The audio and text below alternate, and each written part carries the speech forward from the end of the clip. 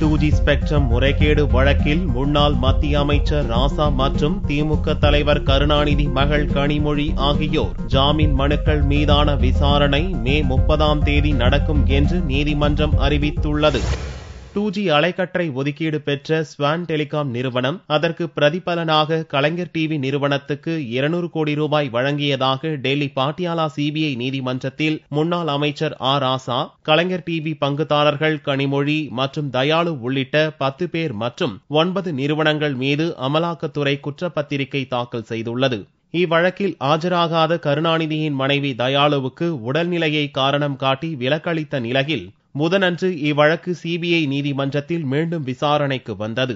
அப்போது தயாளு தவிர குற்றம் சாட்டப்பட்டவர்கள் அனைவரும் ஆஜராகினர். குற்றம் சாட்டப்பட்டவர்கள் தரப்பில் ஆவணங்களை சரிபார்க்க கூடுதல் அவகாசம் கோரப்பட்டது. இதை ஏற்று அவகாசம் அளித்த நீதிபதி சைனி வழக்கு விசாரணையை மே 30 ஒத்திவைத்தார். இவ்வழக்கில் ஆஜரான சிபிஐ தரப்பு வக்கீல் ராசா மற்றும் கனிமொழிக்கு பிரதான வழக்கில் வழங்கப்பட்டுள்ள இடைக்கால ஜாமீனை ரத்து செய்ய வலியுறுத்தினார். குற்றம் சாட்டப்பட்டுள்ள ராசா மற்றும் கனிமொழி ஆகியோரின் ஜாமீன் மனுக்கள் மீதும் இவ்வழக்கில் ஆஜராவதில் இருந்து முழுமையாக விலக்கு அளிக்க கோரி கருணாநிதியின் மனைவி தயாளு சார்பில் தாக்கல் செய்யப்பட்டுள்ள மனு மீதும் மே 30 விசாரணை நடக்கும் என்று நீதிபதி சைனி அறிவித்தார்.